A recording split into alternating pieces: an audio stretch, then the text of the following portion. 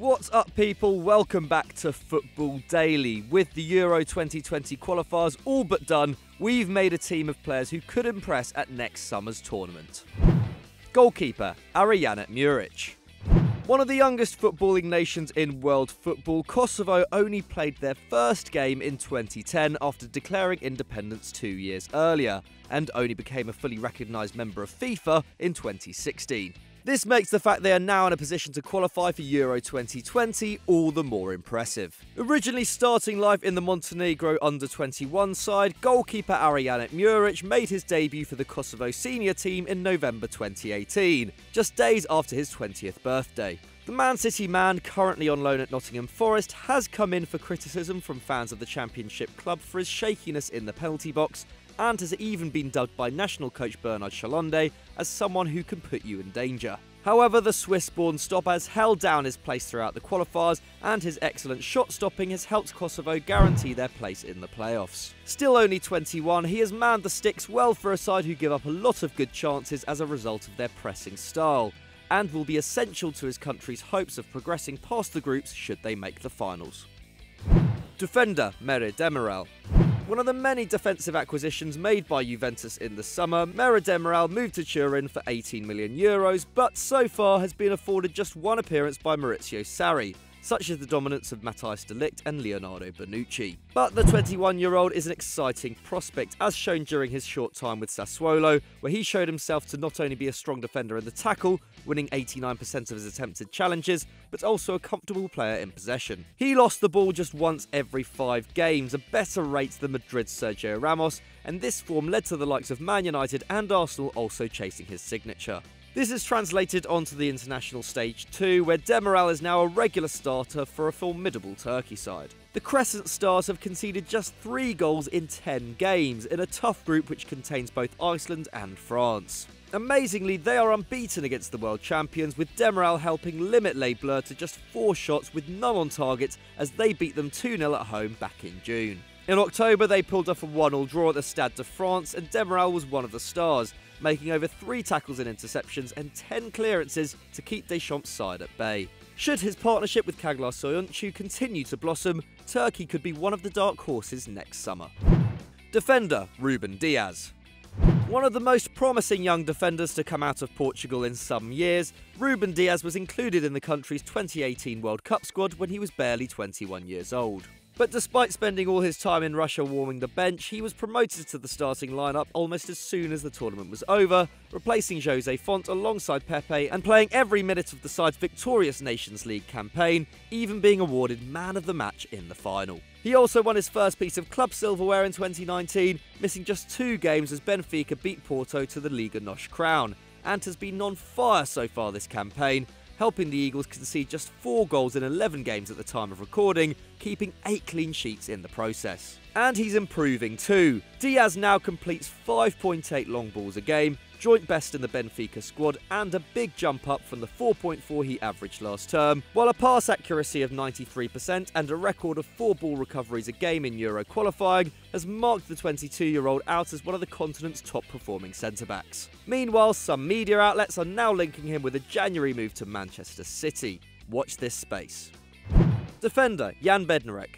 It may seem odd to include a defender in our side who was recently on the end of a 9-0 defeat, but Bednarik has been a shining light in an otherwise faltering Southampton team. His 5 tackles and interceptions a game is the joint best for a centre-back in the Premier League this season, and he's missed just 2 minutes of league action, showing just how important he is to manager Ralph Hasenhüttl. In fact, he hasn't missed 1 league outing since the Austrian coach took over in December 2018. And Bednarik has been just as good for Poland in the qualifiers. The 23-year-old helped his national side concede just 3 goals in 9 games on the way to automatic qualification, and he hasn't just been important defensively.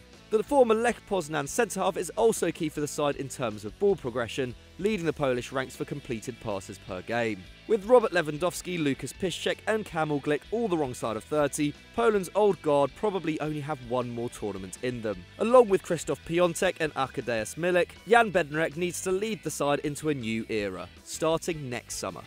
Midfielder, Fabian Ruiz.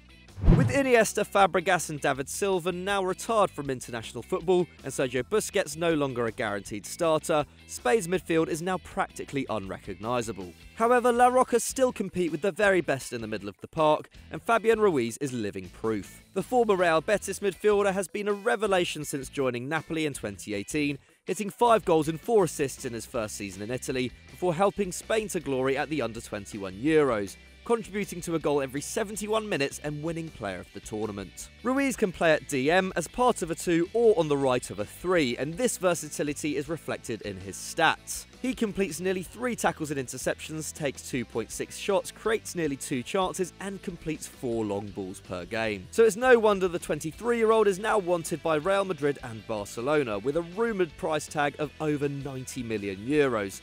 And he is now a regular in the Spanish senior setup after making his debut in June, with 2 assists to his name already. If Spain are to put the ghosts of recent tournaments behind them and challenge in 2020, Ruiz will be key. Midfielder, Marcel Sabitzer. Austrian winger Marcel Sabitzer takes a very attacking role on the right side of our midfield, having kicked off the 2019-20 campaign on fire. The RB Leipzig man has 9 goals and 5 assists in all competitions so far, averaging a goal involvement every 97 minutes, which is better than what Philippe Coutinho and Serge Gnabry are managing for Bayern Munich. One of Julian Nagelsmann's key men, Sabitzer has played more minutes this term than any other outfield player at the club, and he has been similarly indispensable to Austria coach Franco Foda, starting every game in qualifying and contributing 2 goals and 4 assists at the time of recording. With Das team having qualified automatically for next summer's tournament, Sabitzer could well be their main man when they get there, as right now he seems even more crucial to the side's fortunes than Alaba and Arnautovic. And by the time it all kicks off, there's every chance he could be a Bully champion too. Midfielder Alexander Zinchenko.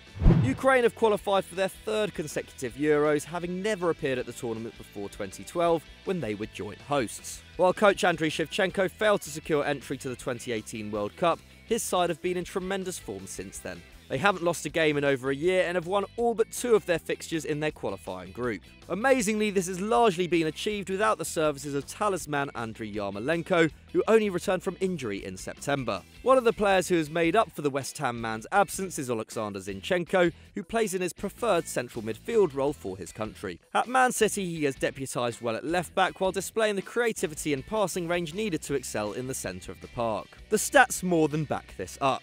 While he probably can't recreate the 92% pass accuracy, 3.3 tackles and interceptions per game, and 1.7 key passes he manages at the Etihad, in a Ukraine side lacking world-class talent in every area, these numbers showcase a skill set vital to Shevchenko's side. A big performance from him at the Euros may not be enough to convince Pep to shoehorn him into one of the world's strongest midfield threes, but it could persuade another top manager to go in for him. Midfielder Nicolo Barella.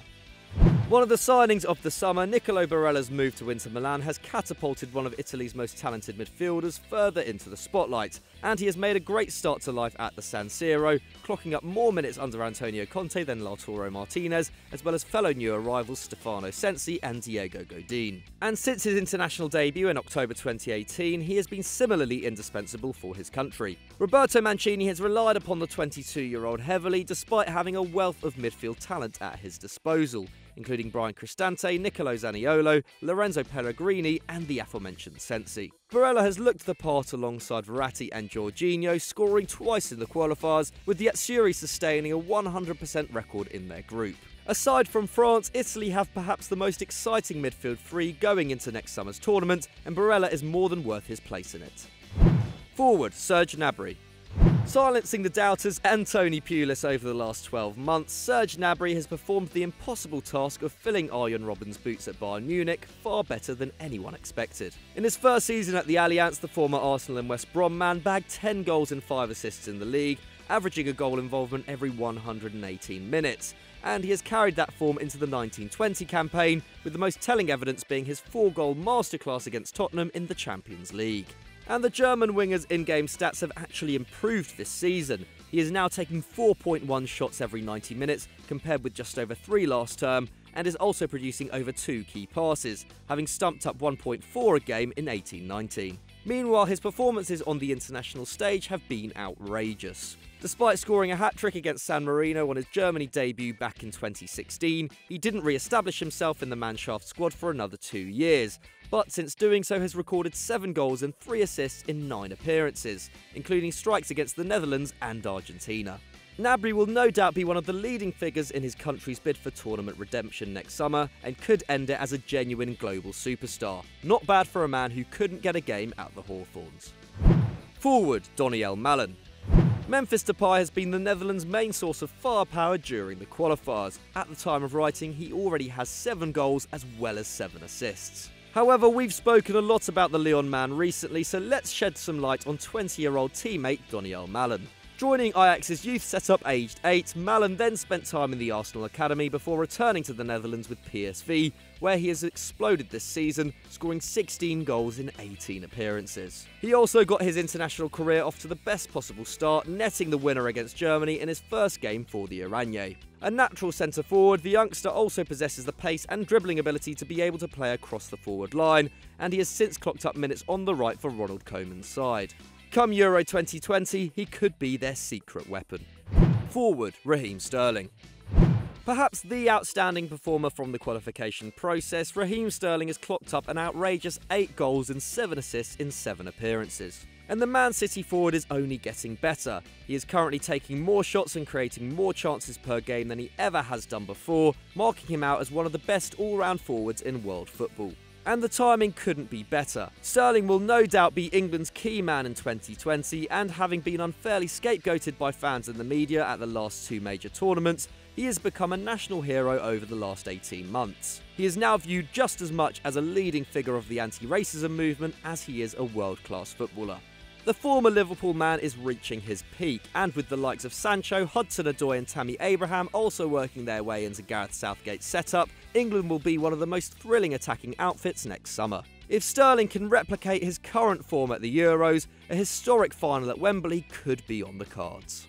So that was our 11 of players to look out for at the Euros next summer, but what did you make of it? Let us know in the comments below, and if you have any suggestions, let us know too. If you enjoyed this, of course, don't forget to like and subscribe, and I'll see you very soon.